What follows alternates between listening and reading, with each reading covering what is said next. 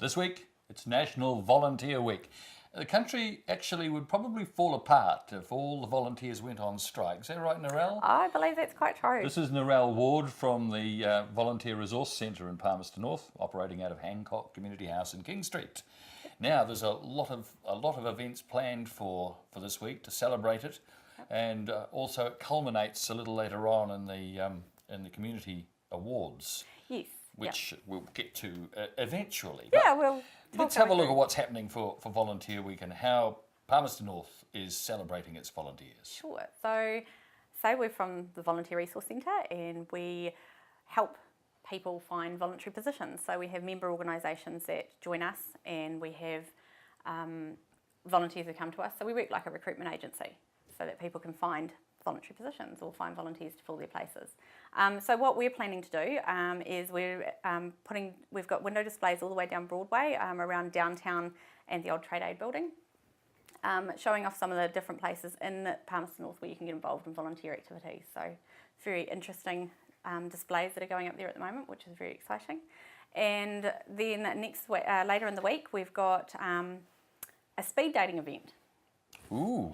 Which is very exciting. So we've called it Speed Dating for Organisations. So we're getting organisations to meet each other and talk about what they do and work out how else they could work together. And it works on that time-honoured speed dating format. Absolutely. You get about, was it 3 minutes with each prospective partner? That's the one. And we get them together, do exactly the same thing as you'd think of in a love environment where you're looking for your partner. We're looking for collaboration and partnerships between organisations and other ways that they could work together. So it's quite exciting, and we've had fun with this before. So okay, you tried one. I think it was November last year. Right. Now, tell us how it all went together. And it was fantastic. We did it last time in the youth space.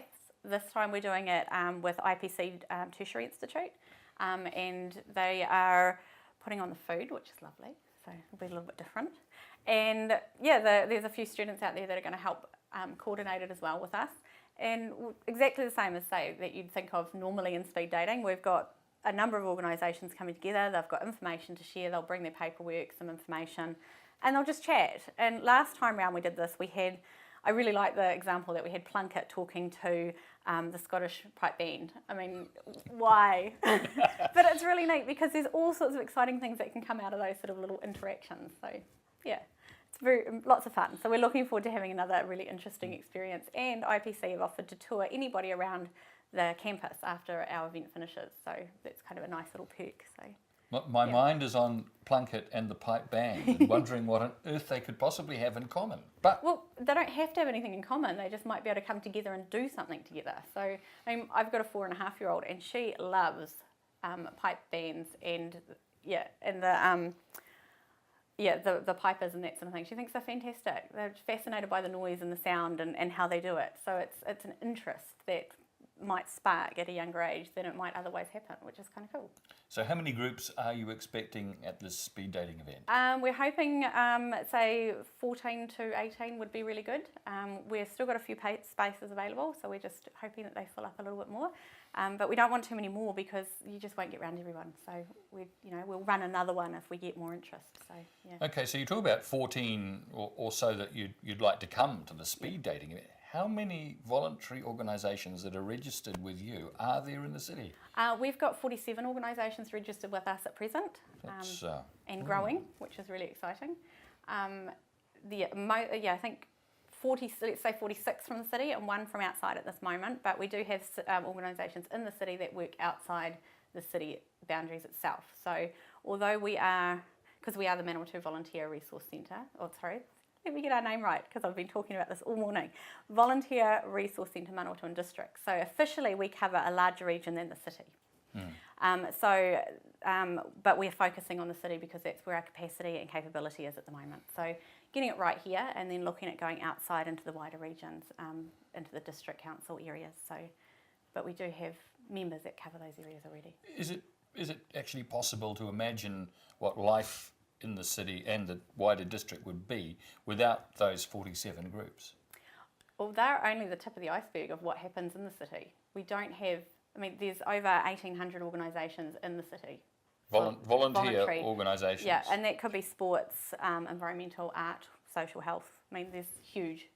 So if they all stopped, there'd be no Saturday sports for your kids. There'd be so many things that just wouldn't happen. So, I mean, Community House wouldn't be here for all the organisations that are here, obviously. So, there's so many things that volunteers organise. Which actually means extending, I guess, the perception of what actually a volunteer is. Yeah.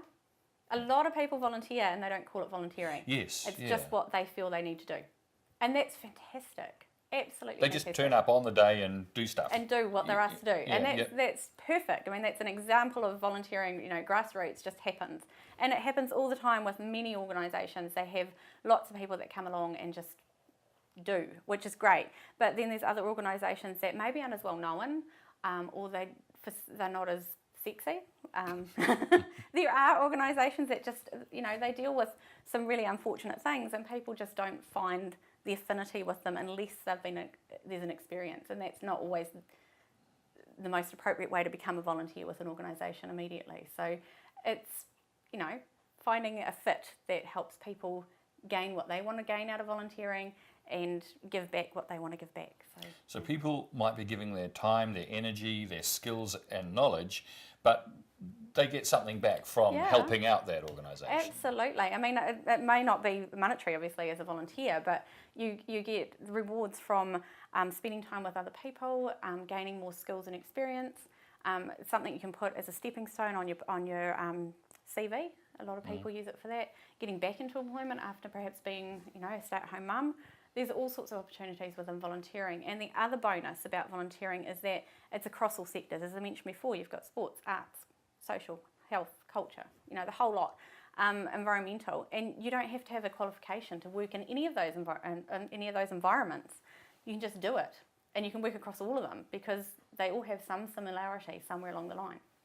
Which, And of course, there are organisations that are better known than others, I mean, that use volunteers. I mean, you could think of, say, people like Red Cross or Foundation of the Blind or any of those groups.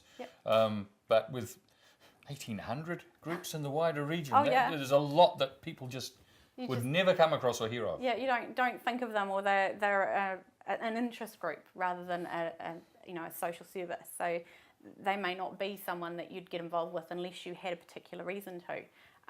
But there's so many opportunities out there, and it's just really important that people think about it, especially if they're not sure what they'd like to do. That's why we're here. We have, as I say, just the tip of the iceberg, but we are growing that membership of the opportunities that are available to people, and it's a great way to find out where you fit. And we'll help you work out what you'd like to do and what you can give, and help you find an affinity, hopefully. So, yeah. And that's what National Volunteer Week's all about. It's celebrating those people in our community. Some people are what you call career volunteers. Yeah, definitely. Perpetual career. Yeah, they're out there. It's fantastic. And they get to have their time in people's focus because part of National Volunteer Week in the city is an afternoon right here at Community House, but it starts off in the square on Friday. Does. So Friday at lunchtime. So this is where we're talking about Trustpower earlier on. So Trustpower Community Awards open on the 4th of June. They close on the 31st of July. And anybody can enter any group or organisation into the awards. So there's no requirement that you're affiliated with a group, but you can be. So if you want to enter your own group, you can. So what we're doing on Friday morning, Friday lunchtime, is Trustpower, us and the Mayor, cooking a barbecue in the square for anybody to come and get a free sausage if they fill in a form. So it'll take longer to cook the sausage than it will to fill in the form, I guarantee it. So it takes no time at all. So come along and enter a group into the Trustpower Awards and get a sausage for lunch. And after the lunchtime is over, there's a march through the city of people who represent the volunteer sector. That's right. So from 2 o'clock, we've got our volunteer march leaving from the City Council building, coming across the square to about High Flyers, down to ANZ, along Broadway, and then down the Regent Arcade here to Hancock House. And after that, we've got an afternoon tea to celebrate our 3rd birthday. So Yeah. Oh, well, happy birthday. Thank Many you. happy returns of the day. Very Excellent. excited. I mean, it's taken us a long time to get here.